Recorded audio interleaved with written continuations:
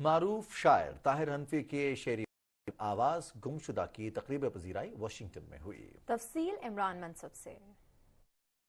برسوں کیا تلاش اسے کائنات میں، لیکن ملی وجود سے آواز گمشدہ۔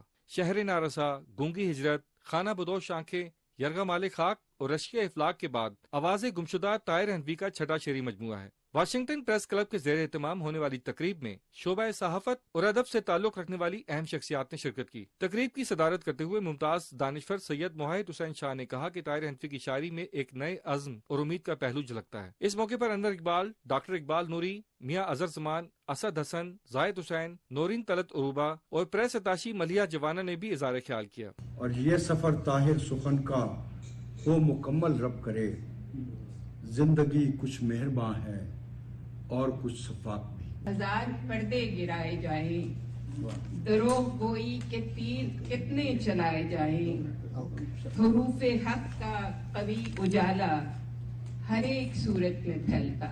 کیسی یہ چھاؤں ہے جو ترستی ہے دھوپ کو، کیسی یہ دھوپ ہے کہ جو چھاؤں کی زد میں ہے۔ شاعری کا سفر شہر نارسا سے سٹارٹ کیا تھا، آواز گمشدہ اس کا ایک عروج ہے۔ طاہر حنفی نے اپنی نئی کتاب وزیر خارجہ بلاول بھٹو زرداری کو بھی پیش کی۔ 5 اشروں پر محیط، مختلف اسالیب، متنوع نظریات اور انفرادیت کے 1000 رنگوں پر مشتمل طاہر حنفی کی شاعری کی ایک الگ ہی پہچان ہے۔ طاہر بتاؤں کیا تجھے کرتی ہے کتنا پیار، ایک زخم بے وجود سے آواز گمشدہ۔ عمران منصب خان، پاکستان ٹیلی ویژن نیوز۔